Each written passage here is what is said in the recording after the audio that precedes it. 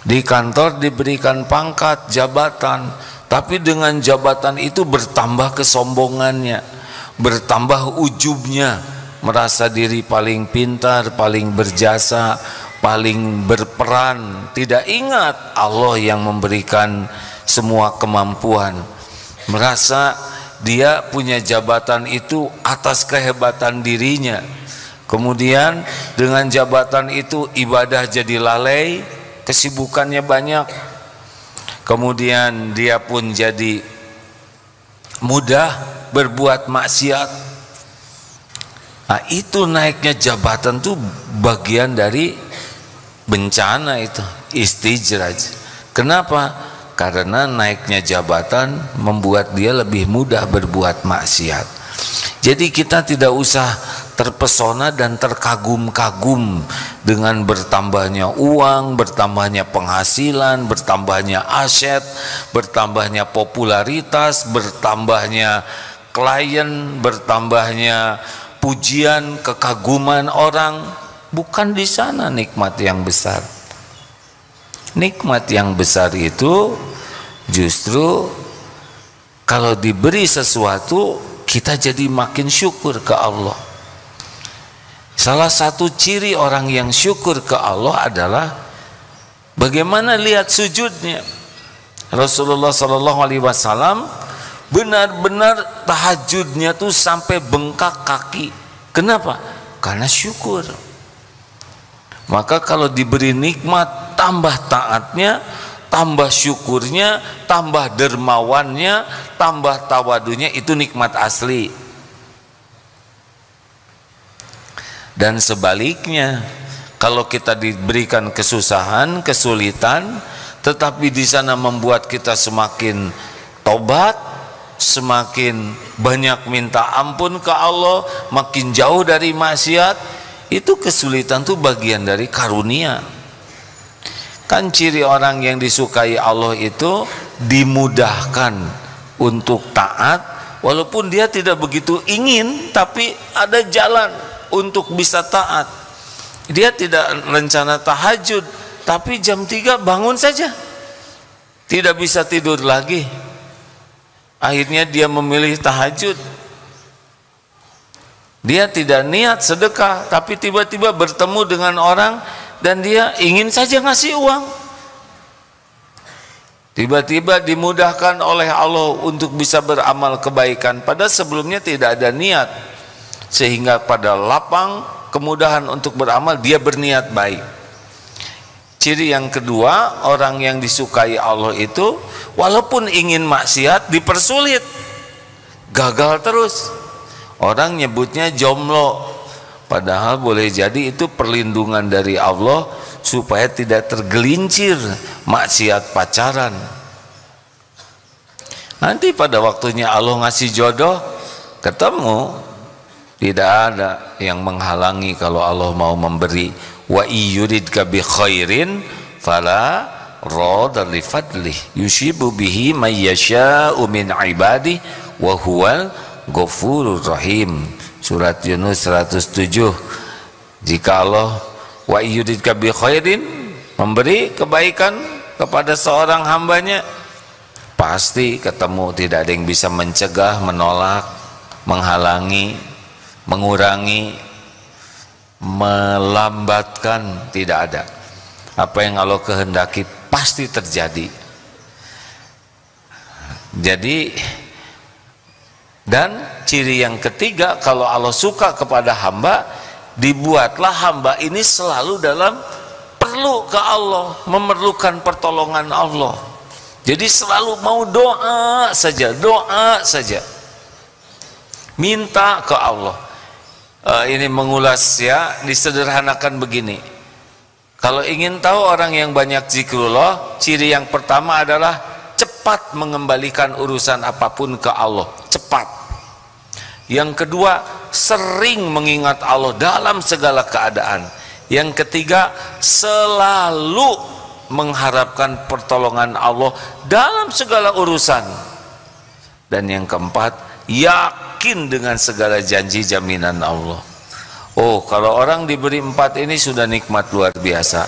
Cepat, sering, selalu, yakin.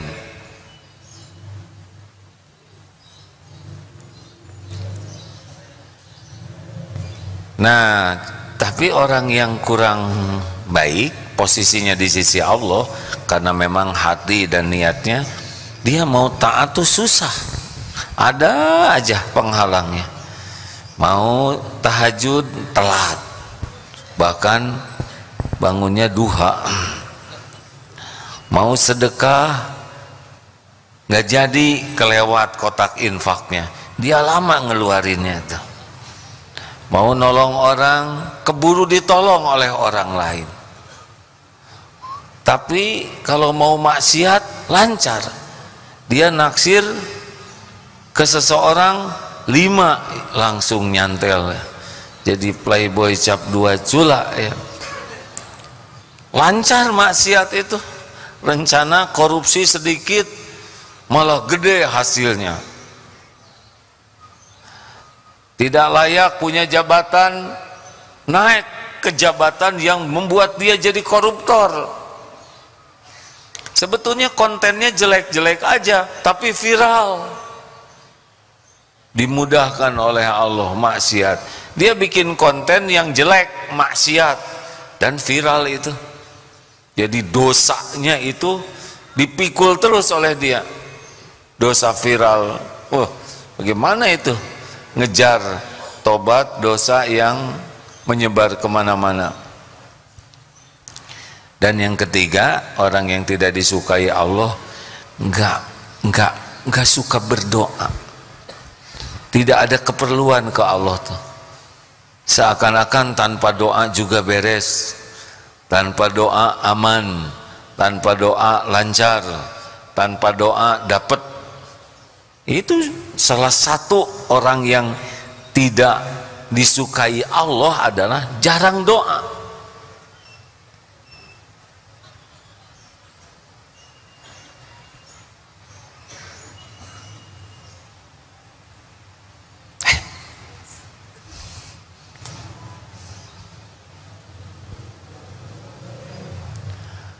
Hati-hati nih hadirin sekalian, perkara harta, gelar, pangkat, jabatan, kedudukan, popularitas, penampilan, itu mah sesuka Allah saja.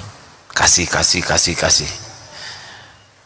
Penjahat, orang yang tidak beriman, yang ateis, yang membenci Allah juga diurus, dikasih itu oleh Allah. Makanya pertama kali kita harus berhenti menganggap kesuksesan itu hanya dengan casing duniawi. Kalau kita menganggap, ini sukses, rumahnya besar, sukses, mobilnya bagus, sukses, HP-nya baru, sukses, udah itu awal ya, awal kita akan seperti itu nanti, meniru kehidupan itu. Kalau orang sudah menganggap duniawi sebagai tanda kesuksesan, maka kita akan mengejar itu. Padahal tidak ada dalam penjelasan Rasulullah SAW dan juga keterangan di Al-Quran, orang yang paling dicintai Allah itu adalah orang yang paling kaya, pejabat paling tinggi. Tidak ada itu, Pak. Orang yang paling ngetop itu yang surganya tertinggi.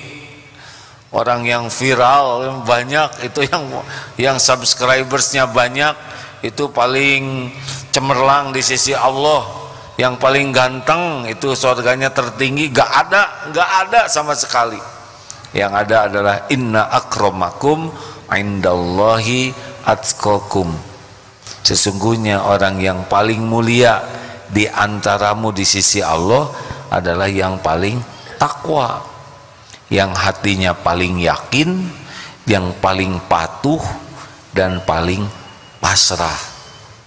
Yakin, patuh, pasrah.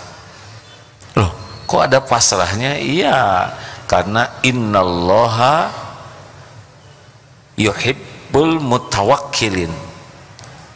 Sesungguhnya Allah mencintai orang yang takwa, tawakal, maaf ya. Fa idza azamta fatawakkal 'ala Allah, innallaha yuhibbul mutawakkilin. Ini bagian pelajaran nanti malam sebetulnya ya.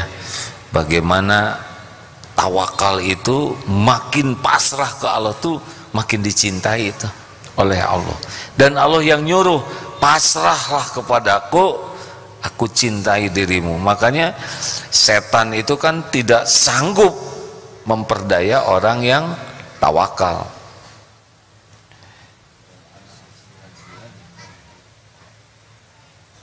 Yang setan tidak sanggup tuh memperdaya orang tawakal.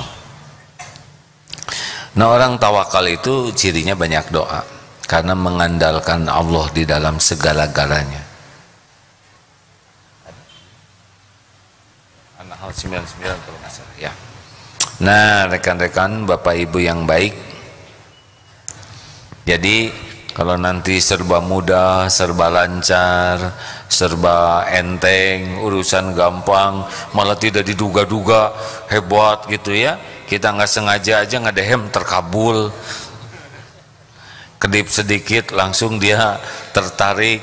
Hati-hati nih, hati-hati bisa istijad. Lihat langsung ketaatan kita, lihat kemaksiatan kita. Kalau maksiatnya jalan terus tapi dimudahkan, itu ciri-ciri bahaya istijraj. Ya, mudah-mudahan kita termasuk orang yang waspada terhadap. Ada? Coba bacakan. Ini tambahannya ya, silakan. A'udzu billahi minasyaitonir rajim. Innahu laysa lahu sultanun 'alal ladzina amanu wa 'ala rabbihim yatawakkalun. Sungguh setan itu tidak akan berpengaruh terhadap orang-orang yang beriman dan orang-orang yang bertawakal kepada Allah. Nah, ini tambahannya ya. Jadi setan itu tidak berdaya. Innahu laisa lahu sultanun 'alal ladzina amanu wa 'ala rabbihim yatawakkalun. Sesungguhnya setan itu tidak ada kekuasaannya. Innahu laisa lahu sultanun 'alal ladzina amanu, atas orang-orang yang beriman, wa 'ala rabbihim yatawakkalun, dan yang bertawakal kepada Allah Tuhannya. Jadi setan itu memang tidak kelihatan oleh kita, tapi setan bisa terus mencermati kita. Mereka keroyokan dan tidak punya kerjaan lain selain menipu kita. Kalau ada anjing menggonggong, besar anjingnya, daripada kita berantem dengan anjing, mendingan kita teriak, panggil yang punyanya. Benar? Lebih aman.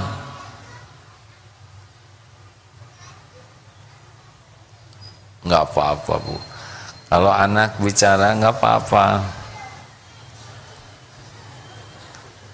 Calon ulama. Amin. Ini ketika nyebut amin, Allah pasti mendengarkan itu ya. Oh, sedang ceramah terus kan? Jadi Bapak Ibu, pertama kita waspada ya, kalau terus kemudahan-kemudahan jangan GR, karena ini bisa nikmat, bisa istijraj. Caranya lihat kemaksiatan yang kita lakukan. Apakah sholat kita jadi lebih baik, sujud kita lebih banyak dan lebih panjang, terutama waktu tahajud.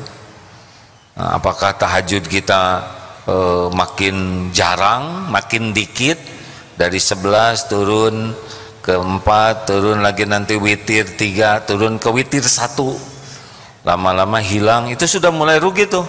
Yang biasa bangun setengah 3 jadi jam 3, kemudian setengah 4, 4 kurang seperempat, itu sudah mulai musibah. Padahal makin banyak karunia dunia tampaknya, makin ngetop, makin banyak kunjungan tamu, bisnis makin bagus, klien makin melimpah, tapi sholat makin rusak. Yang biasa sholat jamaah ke masjid, biasa saf pertama turun jadi saf kedua, ketiga, lama-lama di dekat pintu, lama-lama dekat sendal dia, karena tidak mau telat 2 kali. Kalau datang telat pulang pengen duluan. Yang biasanya habis sholat zikir, lama-lama jadi HP zikirnya, ya. Habis sholat buka HP langsung lihat begini, seakan-akan penting semua harus dijawab seketika.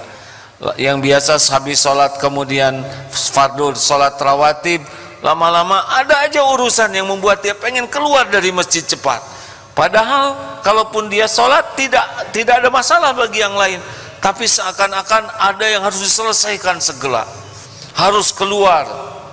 Padahal di luar juga nggak ngapa-ngapain.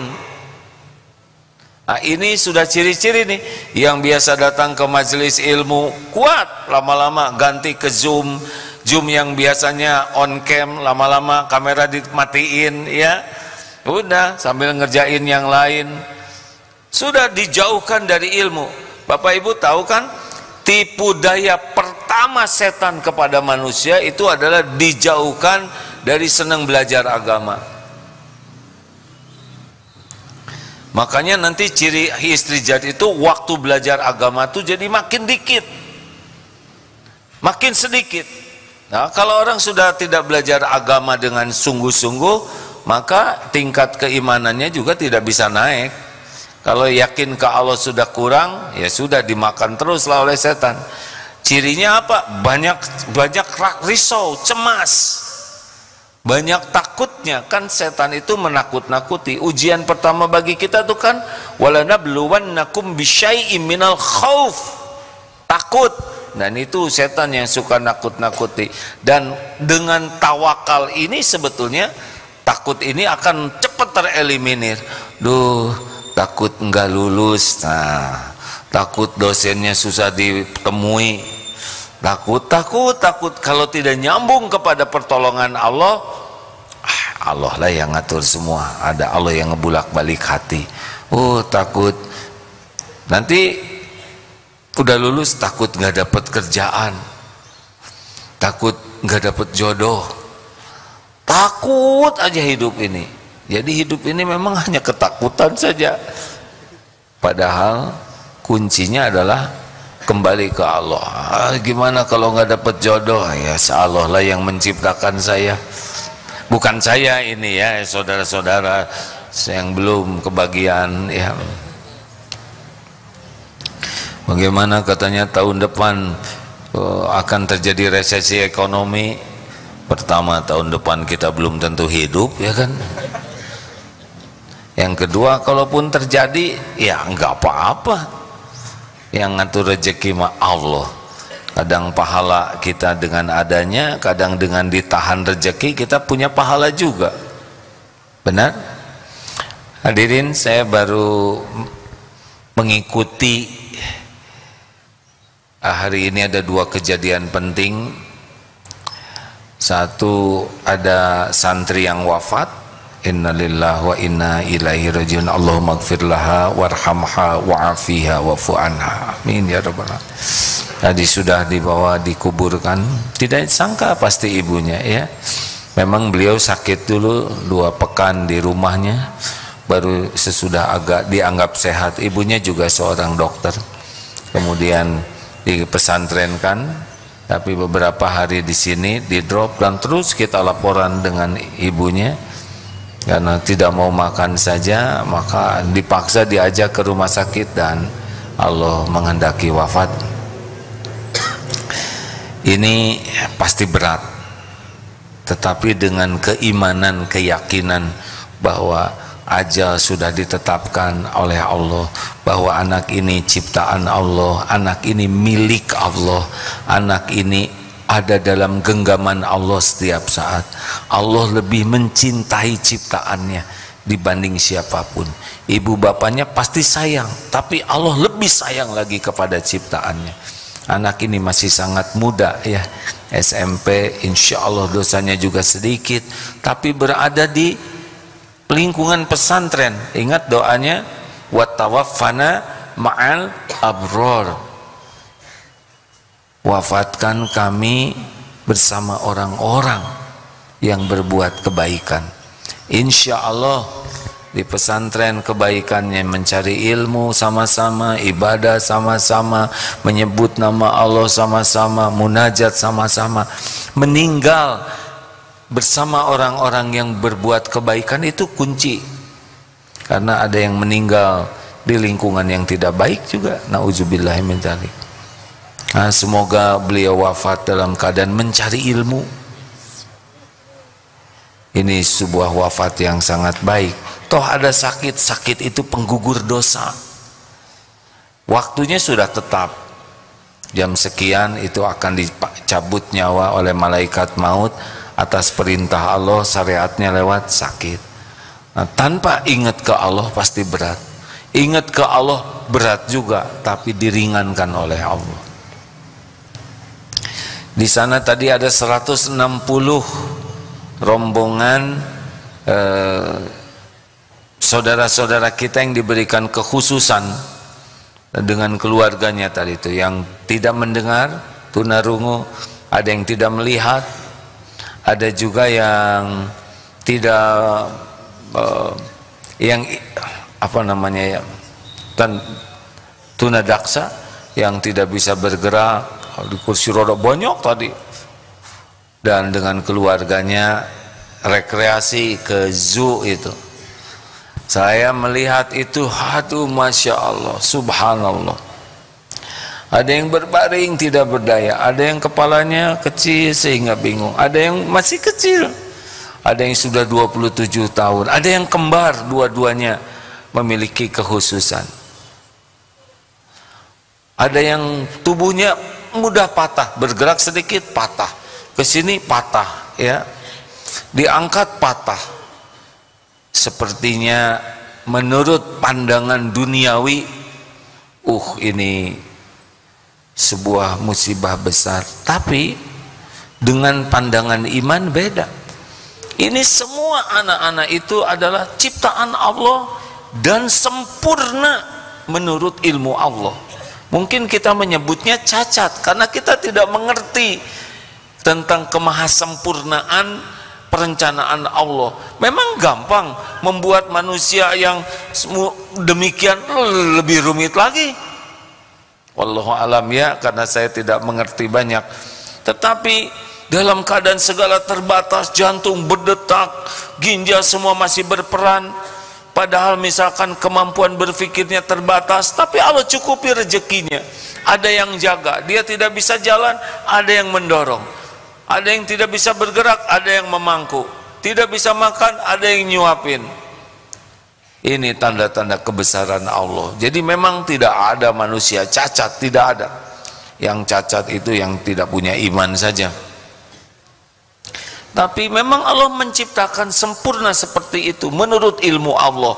Dan Allah punya perhitungan sendiri terhadap anak ini ya, terhadap ibunya, bapaknya, lelahnya, belum lagi diejek orang, dipandang sinis, dihina, itu semuanya dihitung sempurna oleh Allah. Gugur dosanya, berat mangku anak, belum cari uangnya susah, biaya sekolahnya mahal, ngangkatnya berat. Masya Allah, itu kalau lihat perhitungan Allah, bagaimana Allah menghapuskan dosa, mengangkat derajat, memberikan pahala.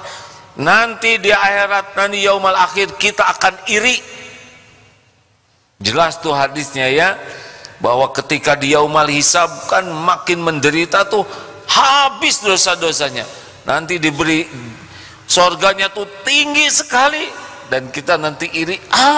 Tahu hidup kayak gini, bakal dapat sorga sehebat itu, mending saya di dunia digunting-gunting, diiris-iris.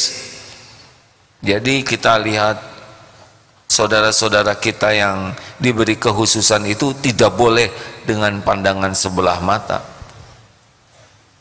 Bahkan kita harus sangat respect, hormat, karena boleh jadi kedudukannya jauh lebih tinggi dibanding kita yang petantang petenteng, ujub, ria, belum lagi dipuji, dikagumi, segala mudah.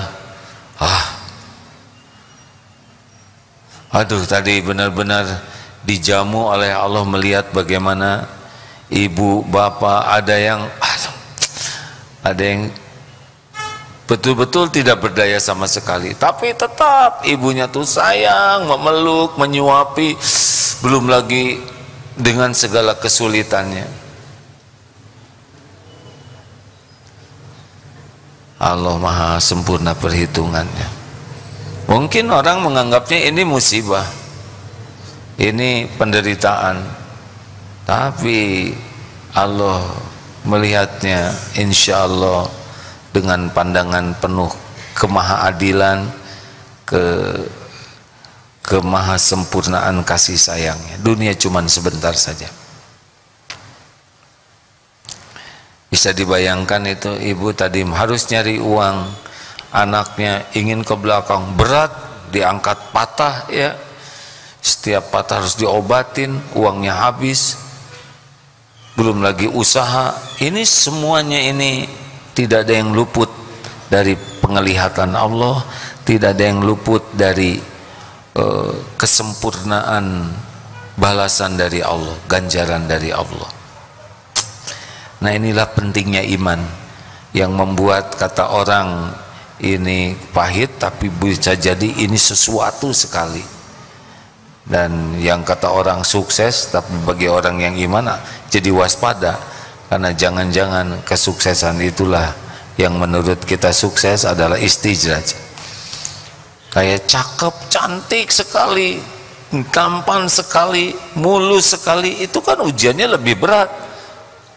Karena kecenderungan orang itu akan memperlihatkan keistimewaan versinya. Yang sangat cantik dan kurang iman tuh berat sekali pakai masker itu ya enggak? Karena dia tidak bisa tepos, tebar pesona. Yang badannya bagus tuh pengen orang lain tahu kebagusan badannya. Itu ujian lebih berat lagi.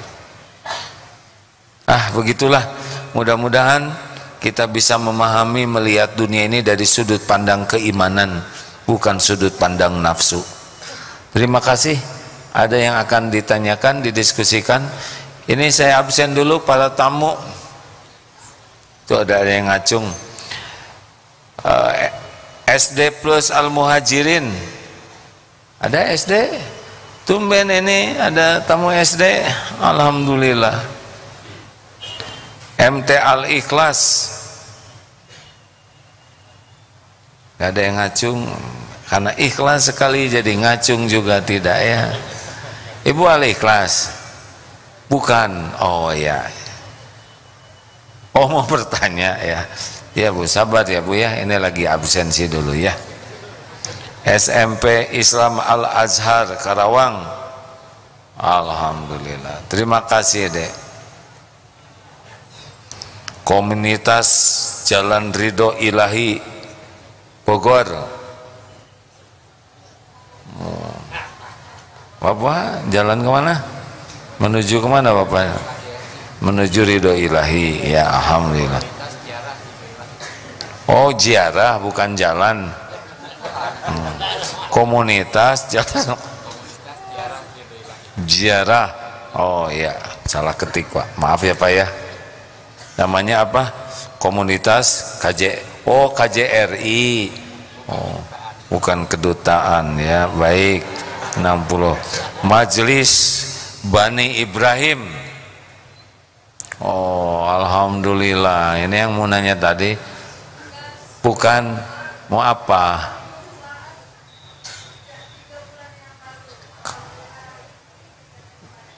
Oh, kami dukung AA 3 bulan yang lalu. Makasih ya Bu. Sebentar ya Bu. Baik. Kenapa Nabi Ibrahim begitu spesial, kekasih Allah disebutnya? Nabi Ibrahim itu adalah orang yang betul-betul lonely. Dengan ayahnya diuji. Tapi itu ceramah lagi nanti, saya udah nggak jadi ah. Jadi orang yang lonely itu kecenderungannya kalau benar menyikapi kesendiriannya lebih mudah dekat dengan Allah. Waduh, yang belum punya pendamping, saya tuh nggak tega nyebut jomblo tuh ya, asa combro gitu, jomblo yang karena boleh jadi oleh Allah tidak dikasih pacar pendamping itu karena Allah pengen bersamanya. Ada kalanya dipisahkan supaya dekat dengan Allah. Kalau Allah mencintai seseorang biasanya ya itu ya tidak ada kemelekatan di hatinya dengan yang lain-lain. Jadi itu kok nggak banyak barang bagus, nggak barang mewah. Setiap barang itu bisa melekat loh di hati kita. Ibu, mana yang lebih menggetarkan jiwa? Punya tas mahal atau kantong kresek? Kantong kresek katanya. Salah pertanyaan. Ya terserah ibu lah. Ibu jawab apa aja, yang penting ibu bahagia, saya ikut bahagia lah. Emang pertanyaannya yang salah. Ya silakan, ada pertanyaan. Ya 1, 2, ya sebentar ya. Ada yang bisa bantu mikrofonnya?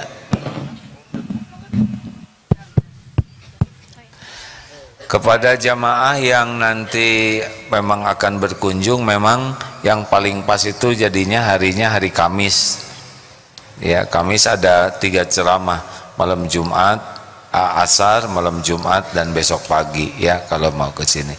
Kalau hari Ahad harus berbagi dengan tempat-tempat yang lain, tapi bukan berarti tidak harus ke sini, ya silahkan saja. Tadi pagi saja 400 pagi, sekarang 329 tamunya yang terdaftar. Sebagian lagi adalah tamu yang tidak bukan tidak diundang. Bukan tidak dikehendaki, lebih zolim itu. Ya silakan Dek. Ya lanjut bicara. Ya silakan. Bismillahirrahmanirrahim. Izin memperkenalkan diri sebelumnya. Nama saya Suhana Anzalna, berasal dari Medan, Sumatera Utara. Sedang menempuh pendidikan di STAI Darut Tauhid A. Izin juga menyampaikan salam dari PPMA untuk AA. PPM tahu nggak? Program Pesantren Mahasiswa A. Oh baik, alhamdulillah. Jadi sebagaimana yang kita yakini bersama bahwasanya kenikmatan dan juga hinaan itu berupa bentuk ujian bagi kita setiap manusia. Tetapi yang saya rasakan itu dari dulu itu saja ujian dalam hidup saya. Nah, pertanyaan saya, apa langkah terbaik yang saya lakukan ketika saya mendapat ujian berupa pujian dan juga hinaan? Terkadang mendapat pujian merasa senang, tetapi juga merasa bersyukur. Tetapi terkadang hati juga merasa keguncangan yang berlebih. Kemudian hinaan juga begitu. Tidak ada bedanya. Jadi apa langkah terbaik buat saya? Terima kasih. Bagus sekali tadi kalau sudah meyakini bahwa hidup ini memang ujian, baik kesenangan dan kesusahan itu ujian. Itu udah awal yang sangat baik. Adapun kita senang dipuji, itu sudah merupakan software standar lah. Kalau komputer itu ya sudah ada jeroan kita, nggak enak nyebut jeroan ya. Daleman, daleman lebih jelek lagi ya nggak. Allah ciptakan kita tuh senang dipuji. Mana yang lebih hebat, senang dikasih uang atau senang dipuji?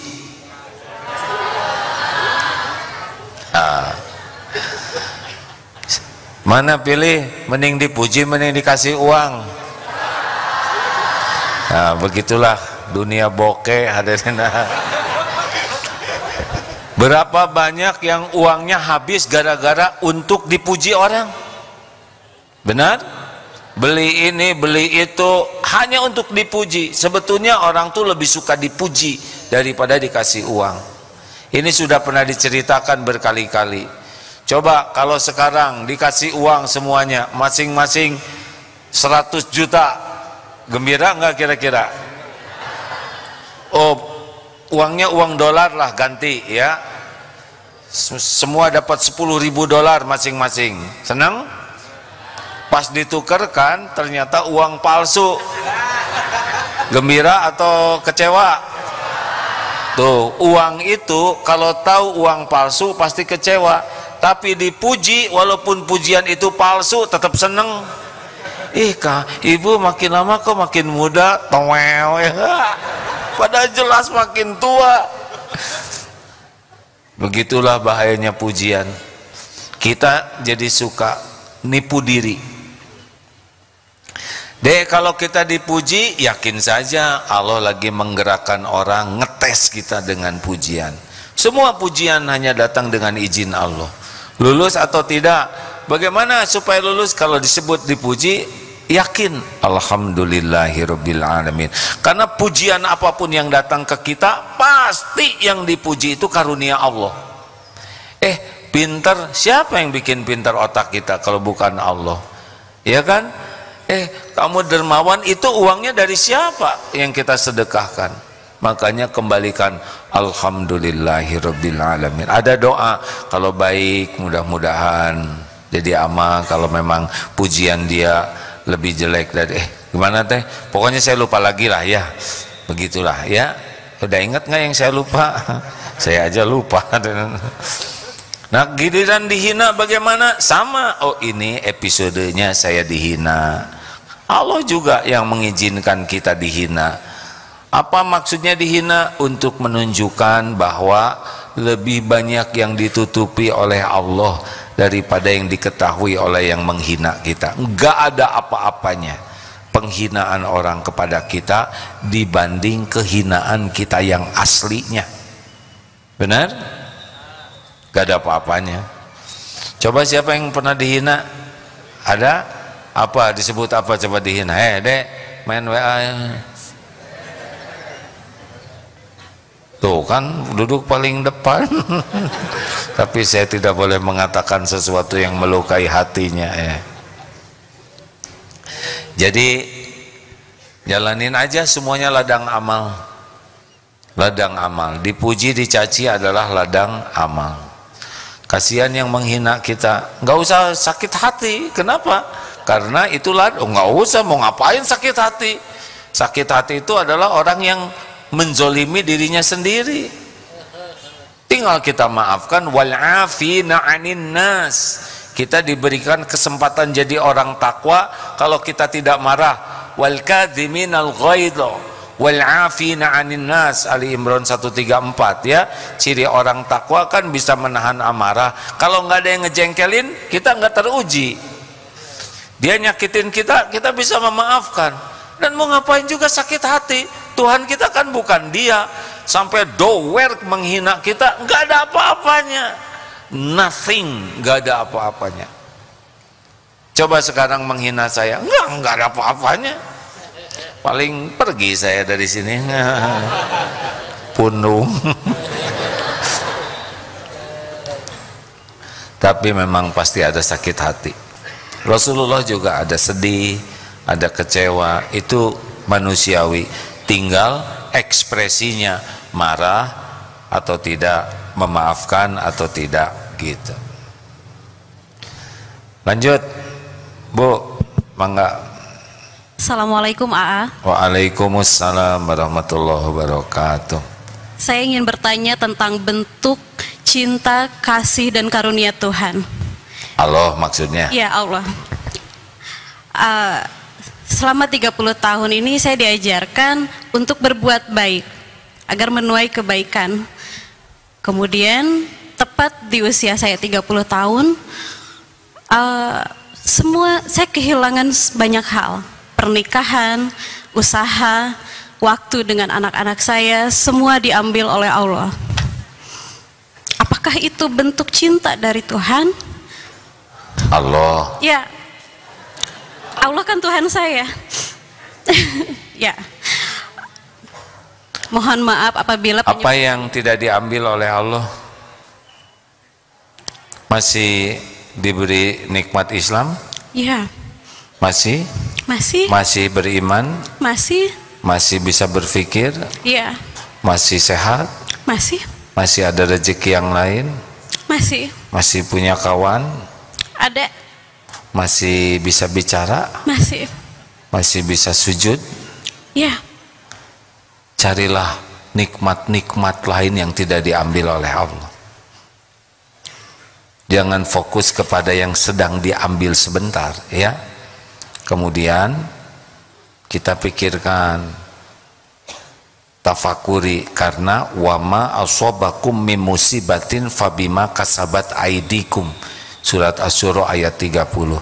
Kepahitan apapun, musibah apapun adalah diundang oleh tangan kita sendiri.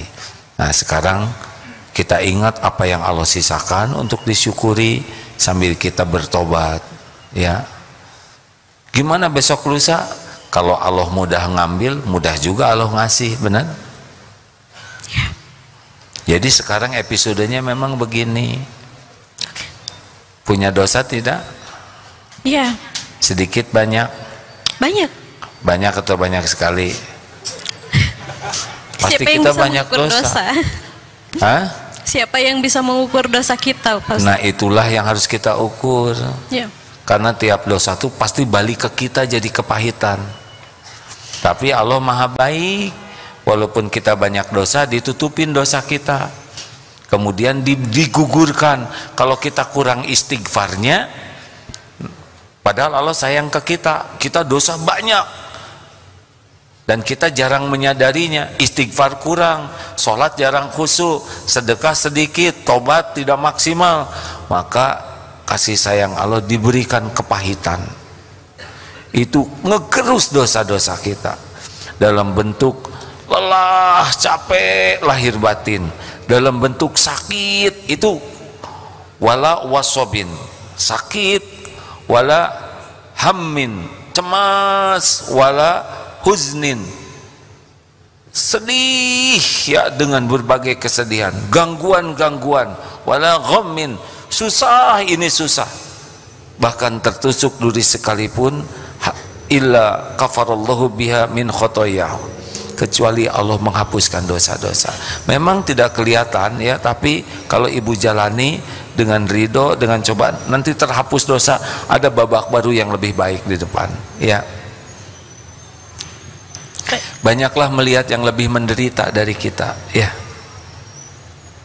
Pernah ada yang datang juga, saya itu sudah telat nikah, padahal tidak ada yang telat, hanya belum waktunya.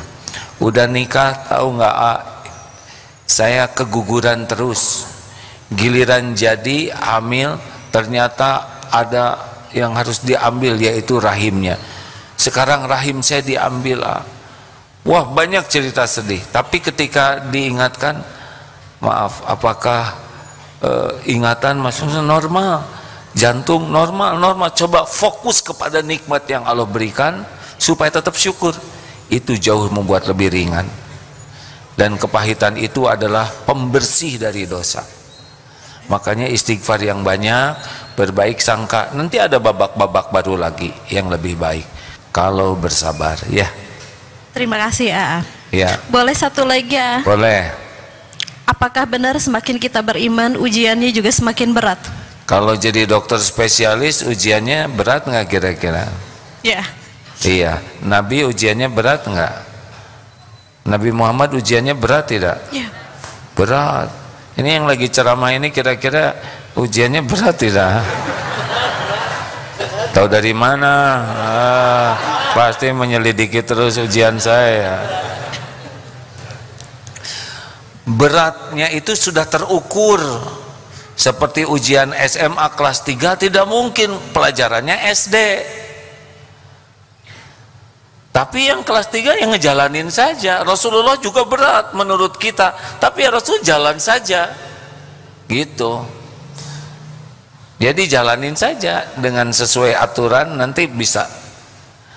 Oh gimana kalau gitu saya nggak mau kuat iman dong karena takut. Enggak, itu mah sama dengan nggak mau lulus. Ini ada dokter resep berat nggak jadi dokter bedah? Berat, wah, iya nggak. Tapi kalau jadi ingin ringan jadi petugas P3K ya. Terima kasih ya Bu. Nggak usah mikirin tentang beratnya ujian, udah diukur kok oleh Allah. La yukallifullahu nafsan illa wus'aha. Allah tidak membebani seseorang kecuali sesuai kesanggupannya. Begitu Bu. Alhamdulillah. Ya.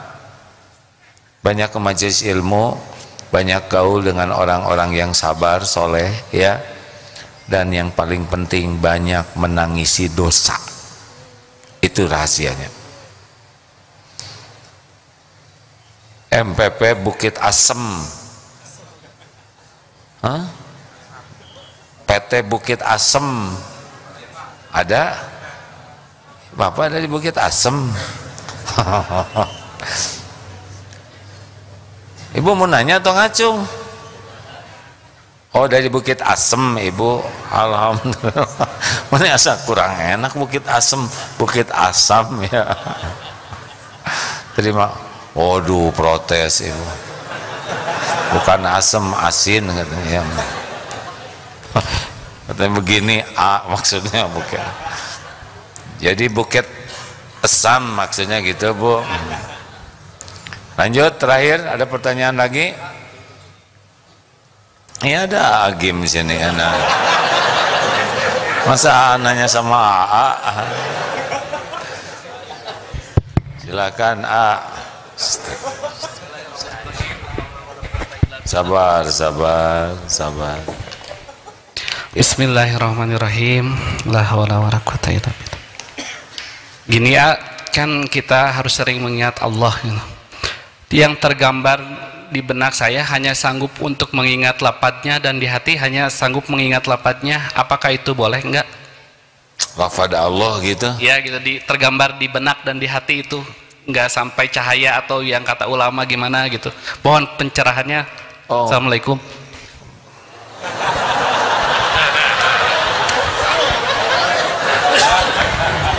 Kenapa rusuh-rusuh amat? Allah Subhanahu wa taala laisa kamislihi syai'un, tidak menyerupai dan tidak diserupai apapun. Apakah mungkin kita meyakini sesuatu yang tidak kelihatan? Mungkin tidak. Coba nih, ada udara tidak di sini Dek? Kan? Seperti apa? Kenapa yakin pada nggak kelihatan? Coba Ade naik ke mimbar terus loncat kepala duluan ya. Kenapa pakai ke bawah? Karena ada gaya gravitasi. Kita yakin. Pernah lihat tidak? Qadarullah saya kuliahnya elektro. Mau nyobain elektron? Ujung kabel gitu ya. Coba seperti apa elektron? Enggak tuh, enggak ada yang lihat. Tapi ada seorang yang datang ke ulama katanya ya, kisahnya dia lulusan luar negeri yang rasionalis. Nggak ada yang benar jawaban tuh, saya udah nanya ke sana sini nggak memuaskan. Lalu dinasehatin, coba tuh datang ke kiai ini di desa, ada pesantren sederhana tapi kiainya yakin ke Allah. Apa pertanyaannya? Kalau Allah itu ada, mana, seperti apa? Ada itu harus kelihatan, harus ketahuan buktinya. Yang kedua, setan dimasukin ke neraka, setan dari api, neraka dari api, bagaimana terasa, ya kan? Yang ketiga, apa itu takdir? Takdir itu cuma ngeles aja katanya. Dia nggak pernah puas jawabannya, datang ke ulama di kampung tuh, pas nanya, kalau Allah ada apa buktinya? Yang gak kelihatan tuh apa buktinya? Kedua, takdir itu apa? Jangan ngeles. Yang ketiga, setan dimasukin api, ke api, padahal setan dari api, bagaimana akan kerasa? Sini nak, gimana? Sini dekat, pak, tuh ditempeleng. Kalau nggak bisa jawab jangan marah dong, Yai. Itu bukan marah, itu jawaban. Ya tapi saya sakit. Sakit nggak sakit. Coba sakit itu jelaskan seperti apa. Jawabannya sini, saya tempeleng dulu lah.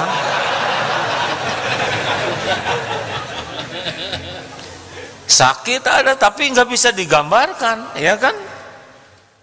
Jadi tidak setiap yang ada itu harus tergambar. Yang kedua, ada rencana hari ini ditempeleng. Oh enggak, saya enggak tahu. Nah itu takdir ya nggak kepikir, nggak apa gaplok aja. Sakit enggak ini? Sakit. Ini apa? Kulit. Ini apa? Kulit. Kulit dengan kulit sakit ya. Ya udah Yai pulang gitu karena takut ditendang.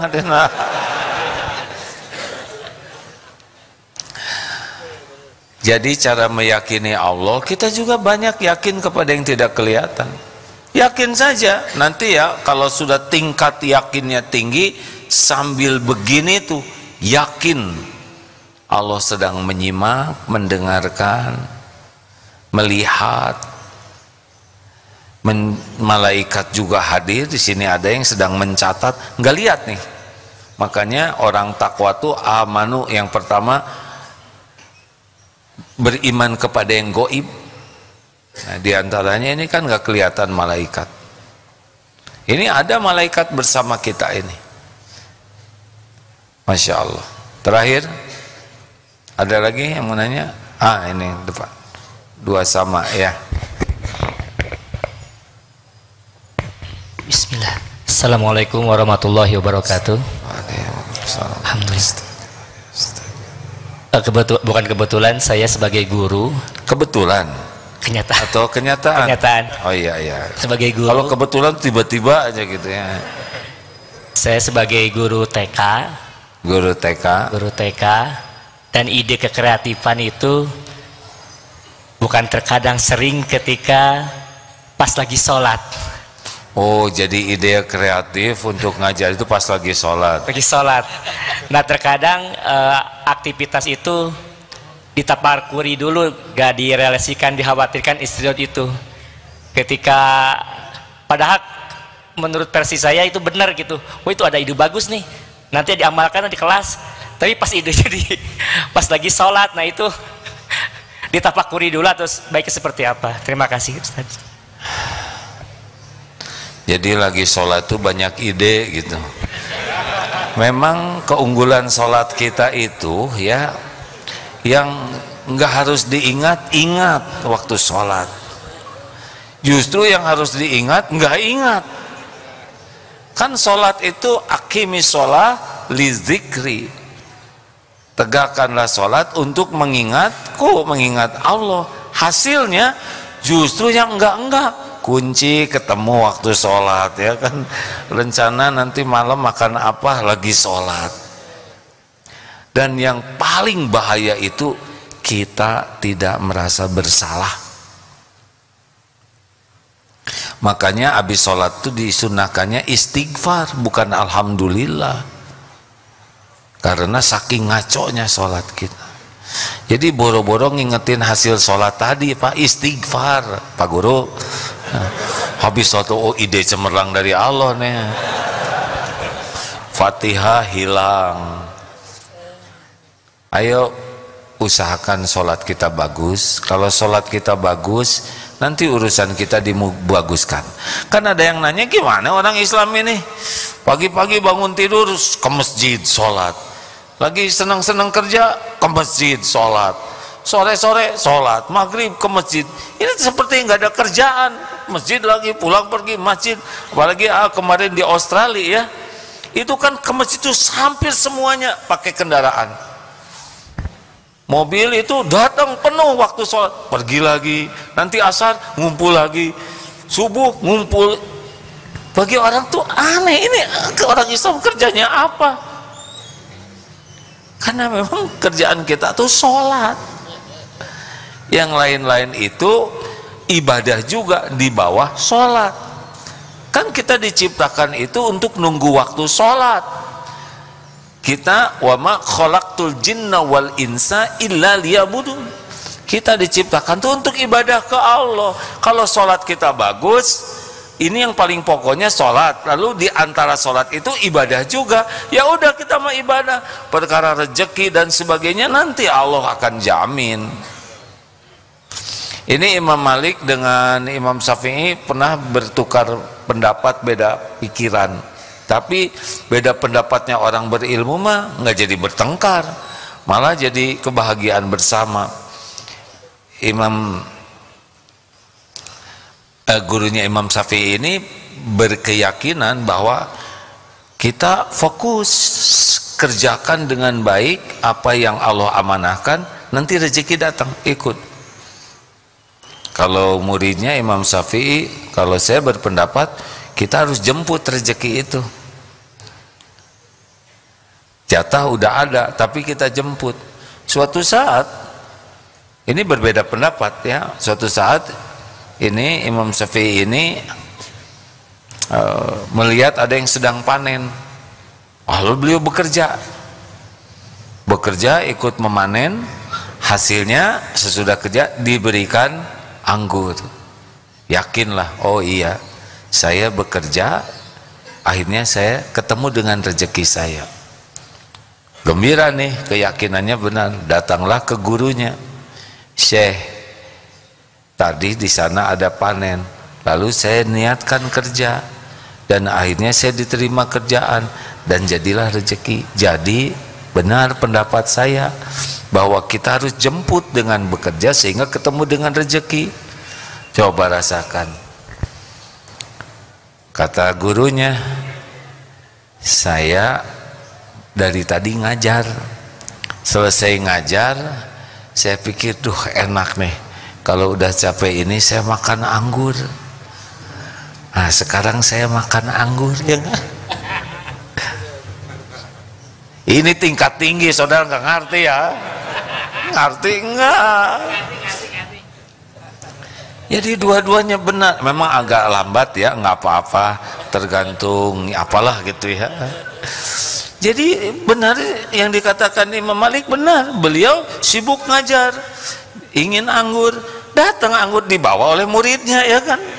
Muridnya juga benar, ada makomnya masing-masing. Begitulah. Sudah begitu. Udah panjang ceramahnya. Terima kasih Bapak Ibu yang baik. Kesimpulan, jangan silau sama duniawi. Oh, satu hal terakhir, maaf, penting. Kita suka ingin menyekolahkan anak supaya pinter, punya gelar, bisa dapat pendidikan tinggi, itu bagus. Tapi hati-hati satu hal, mereka harus dipersiapkan menghadapi akhir hayat yang tidak diduga. Jangan sampai kita mikir anak jadi ahli matematik, ahli sains, ahli ini, ahli itu, tapi ternyata usianya tidak lama. Siapkah mereka menghadapi kuburnya?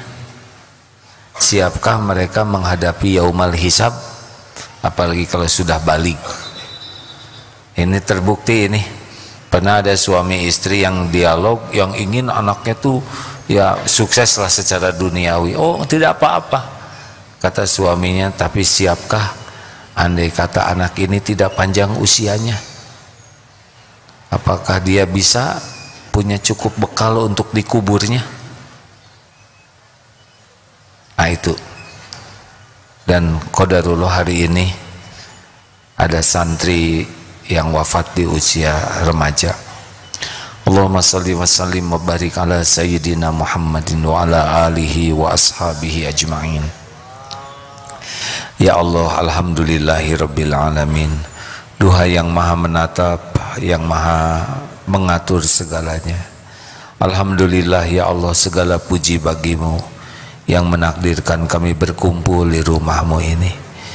Ya Allah, Allahumma inna na'udzubika min an nusyrika bika syai'an na'lamu wa nastaghfiruka lima la na'lamu. Ya Allah, kami berlindung kepadamu dari berbuat musyrik, menyekutukan engkau dengan apa-apa yang kami tahu, dan kami mohon ampunan padamu dari apa-apa yang kami tahu, kami tidak tahu. Ya Allah, jadikan siapapun yang hadir, yang menyimak ini benar-benar menjadi hamba yang Engkau karuniai hati hakul yakin. Allahumma inna nas'aluka imanan kamilan. Karuniakan kepada kami iman yang sempurna ya Allah, wa yaqinan shadiqan, keyakinan yang benar, wa qalban khasyian, dan hati yang khusyuk selalu bersamamu, wa lisanan zakiran, dan lisan yang selalu basah menyebut namamu. Allahumma a'inna ala zikrik wa syukrik wa husni ibadatik. Wahai Allah, tolonglah kami agar menjadi hamba yang selalu ingat kepadamu, senantiasa bersyukur atas limpahan karuniamu, yang senantiasa bisa mengabdi beribadah dengan benar kepadamu. Allahumma rzuqnal istiqomah, rizkikan kepada kami istiqomah ya Allah. Rabbana la tuzigh qulubana ba'da idh hadaitana wa hab lana min ladunka rahmah innaka antal wahhab. Jangan cabut nikmat iman ini ya Allah, jangan cabut keislaman kami ya Rabb.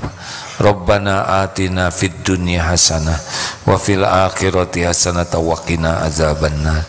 Ya Allah, kuatkan iman yang masih lemah, berikan kehusuan bagi yang masih lalai, berikan jalan keluar yang berkah yang sedang dihimpit masalah, karuniakan kesembuhan yang sedang sakit ya Allah, karuniakan kecukupan yang sedang kekurangan ya Allah, karuniakan lepaskan dari lilitan hutang piutang, karuniakan pendamping terbaik yang menantikannya, karuniakan keluarga sakinah yang mendambakannya, titipkan keturunan yang soleh soleha bagi yang menantikannya.